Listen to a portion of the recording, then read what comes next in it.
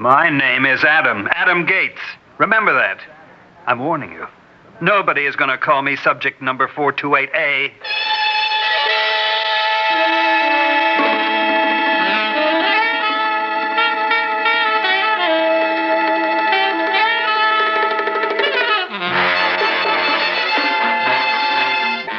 Theater 5 presents subject number 428A.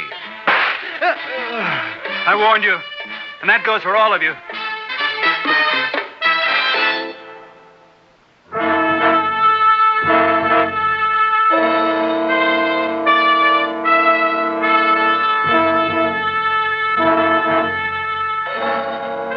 This is a tape recording. When I die, my lawyer will take this tape from my safe deposit box and turn it over to a committee of philosophers who will decide whether to play it for the FBI or to destroy it.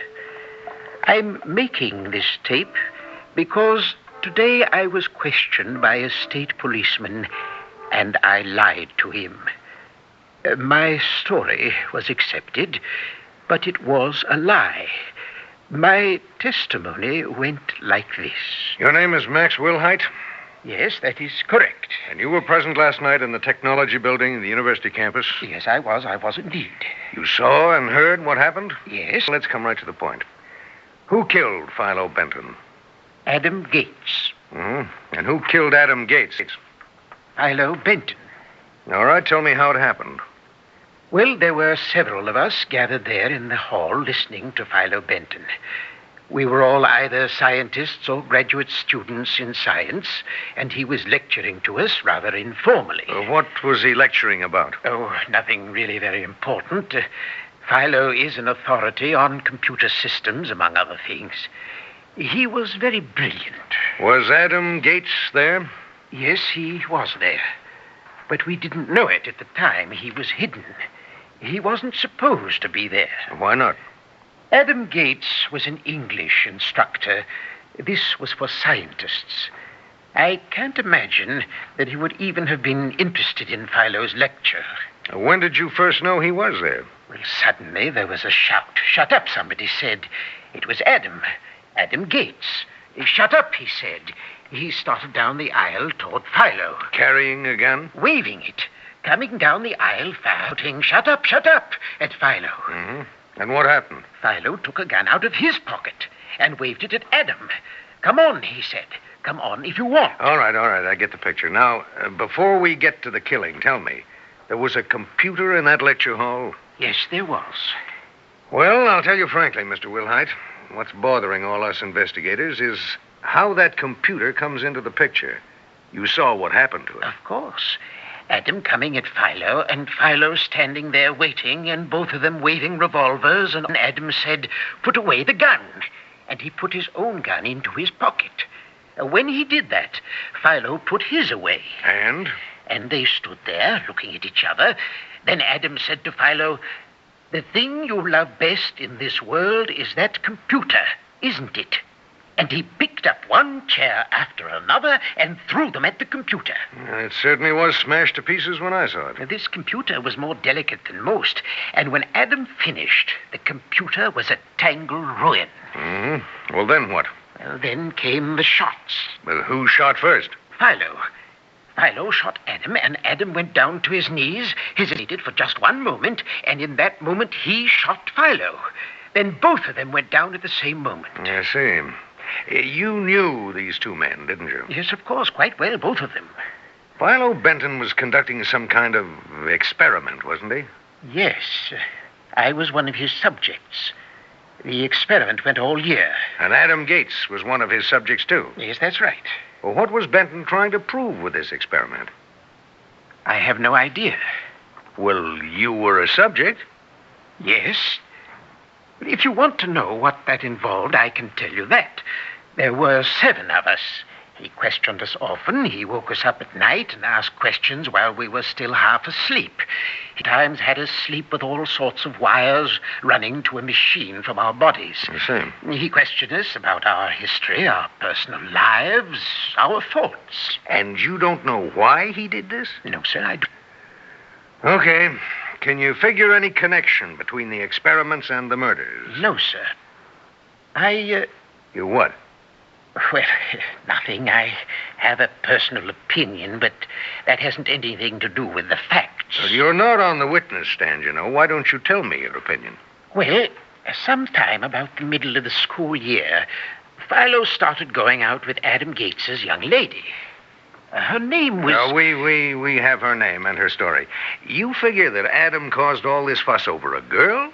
Well, it's happened before, and I keep remembering what he said before he attacked the computer. The thing you love best in this world is this computer. It was as if Philo had attacked what Adam loved best. The girl? Yes, and Adam was getting back at Philo by attacking the computer. Well, that's a new kind of a triangle, but we live and learn.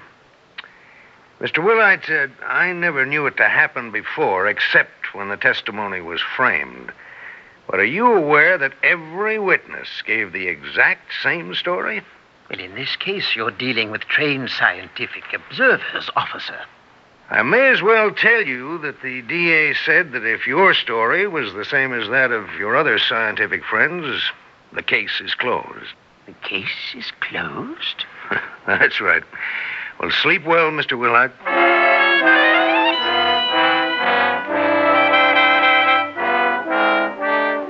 Some of what I told the police is true, but the important parts are not true. That is why I'm recording the statement. I was in Philo Benton's office yesterday morning when Adam Gates came in to see him. Oh, are you busy, Philo? Oh, hello, Max. Oh, hello, Adam. Could I talk to you, Philo? Certainly. Come in and sit down, Adam. Thank you. Well, what I want to know is what Max and I have been doing all this past year. I want to know what the experiment was all about. Do you have that much curiosity, too, Max? Well, Philo, I am human. The fact is, Adam came to me. Yes, and I went to Max a couple of months ago and asked him what the experiment was all about. I was quite surprised to find out that he didn't know. And why? Well, Max is a scientist. I could see why you wouldn't bother to tell a member of the English department, but a fellow scientist. I'm afraid I don't understand scientific experimentation at all, Adam. I wanted an objective report from Max, without his knowledge, of course. And that is precisely what I told you, Adam. I know. It might surprise you, Philo, to learn that even a dim-witted English instructor could understand that. We're getting sarcastic now, aren't we? Yes, we are, Philo, because I've resented your assumption of superiority throughout the past year. What you really resented is that I went out with your girl. Oh, don't be fantastic. She didn't mean anything to me. I told you that. Oh, I know that you told me, but what you really felt is quite another thing, though, isn't it? Gentlemen, this isn't pleasant. Why don't you stop being so personal? It's rather embarrassing, you know. All right. I warn you, Adam, there's nothing about your personality or Max's or the personality of any of the others in this experiment that is a secret to me. Oh, bosh. To you, bosh. But since you've asked for it, let me tell you in cold detail what I've accomplished. I've taken enormous amounts of data from each of you, and every bit of this data has been fed into my computer. You've seen my computer, It's the most remarkable instrument ever devised by any man in the history of the world. And you devised it, I suppose. Be sarcastic if it pleases you, but I did indeed devise it. And it has absorbed all the data I have been amassing all this year until now. And I know everything about all of you. I've proved that every individual action of every individual on Earth is completely predictable. That is astonishing.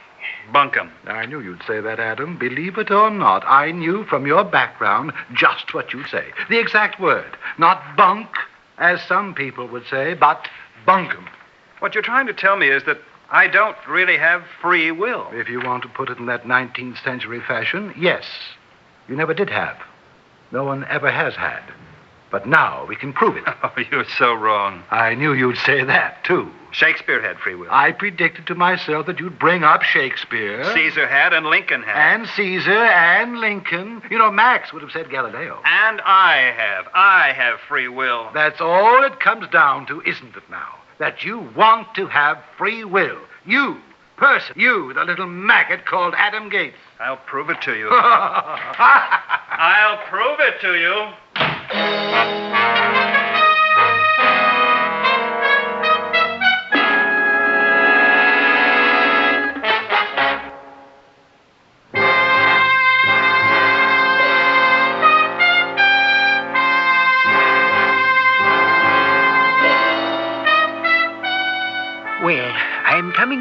the point where I'll have to tell what really happened. Both Philo and Adam were killed.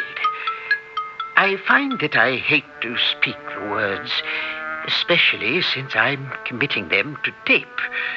But about my meeting with Adam Gates, it's important to know if you're going to understand what happened later, when those 2 guns went off and 2 men were killed.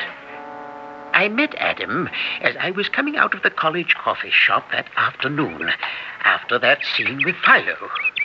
Hello, Max. Oh, Adam, hello. Glad I ran into you. Well, what did you think of the talk in Philo's office this morning?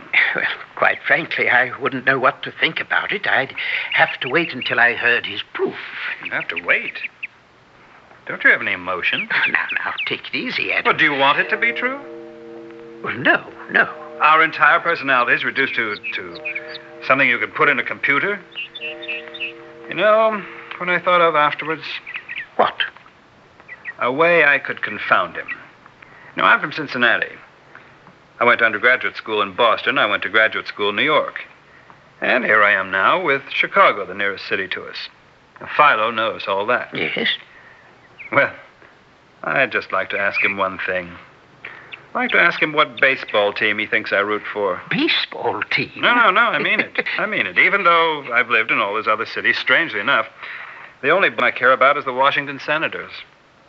Now, if Philo's computer can guess that, I'd like to know about it. Well, so would I. You know, I hate him. Yes, I gathered as much. Tell me something. That meeting that all you scientific chaps are having tonight, has that got anything to do with Philo's experiment? Adam, I don't know whether I'm supposed All to I divulge want to it. know is what they're about. Well, Philo is going to explain to us what his experiment has proved. I was part of that experiment. Why didn't he ask me? Well, Adam, since you're not a scientist, maybe he thought you wouldn't understand. All the same, I'll be there.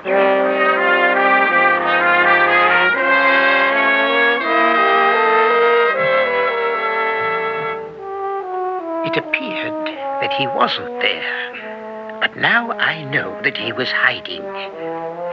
Philo was very cocksure talking to us, but very interesting.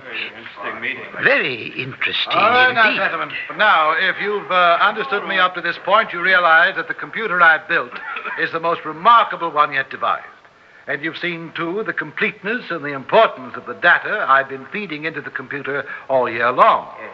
Now, I've stated that the computer can tell me literally everything about any individual.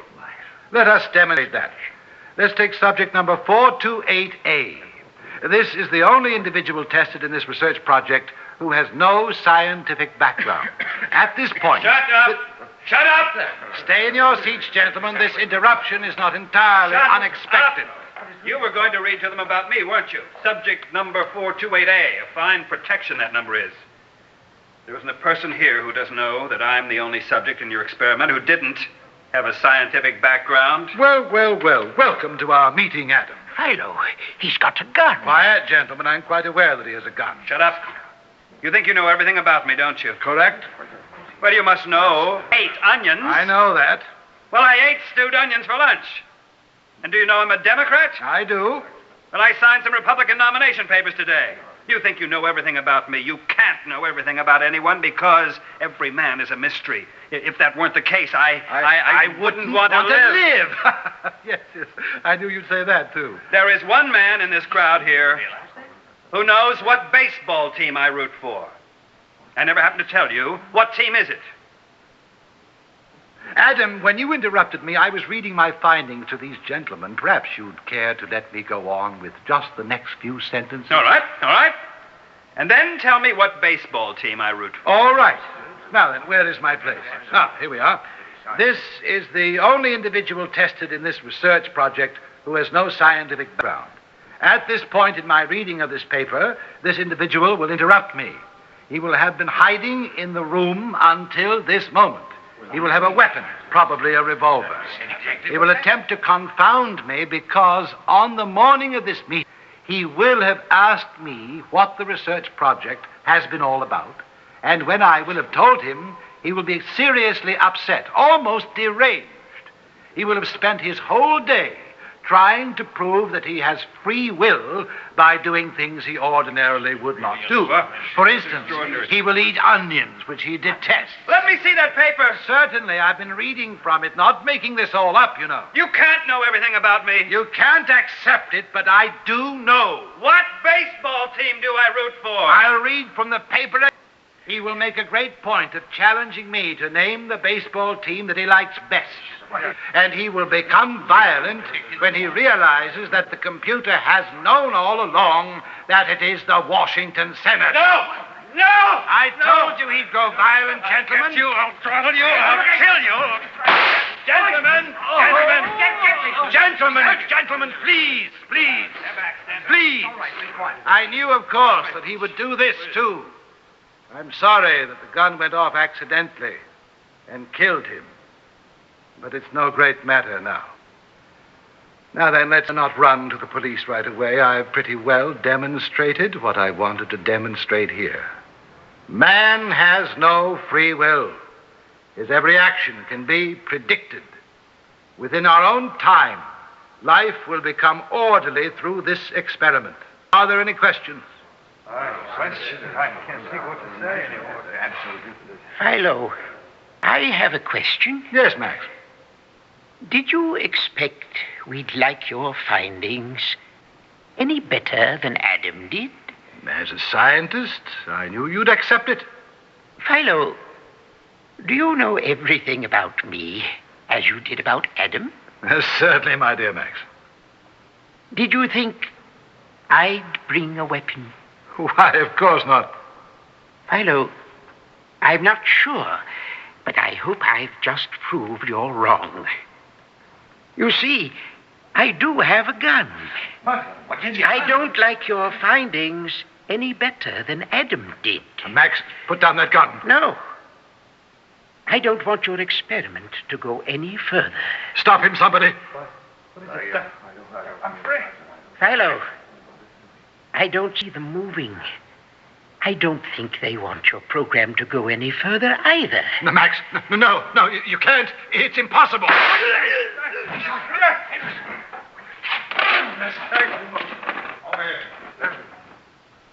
Well, gentlemen, that is the end of Philo.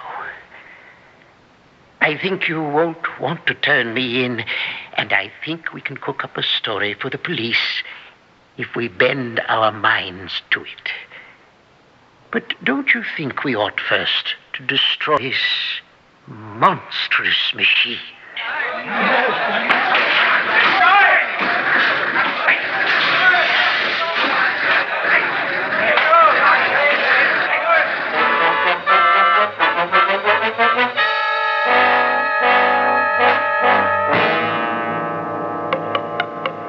Well, that's it.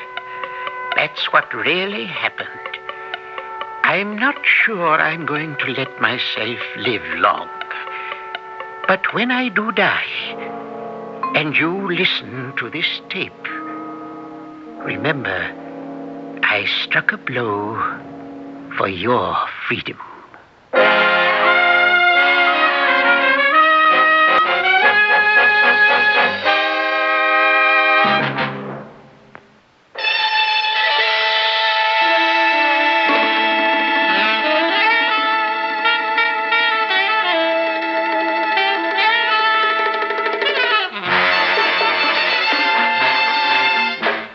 Theater 5 has presented subject number 428A, written by Robert Senadella and directed by Harry Nelson. In the cast, Donald Buca, Jack Manning, Ivor Francis, and Court Benson. Audio engineer Marty Foley, sound technician Ed Blaney, script editor Jack C. Wilson. Original music by Alexander Vlastotsenko. Orchestra under the direction of Glenn Osser.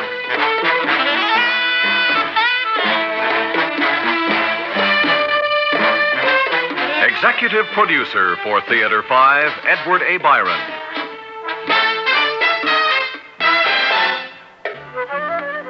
We invite your comments. Write to Theater 5, New York 23, New York. This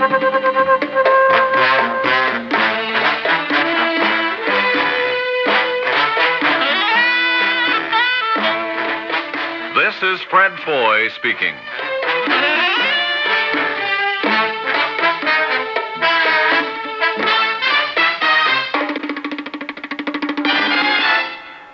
This has been an ABC Radio Network production.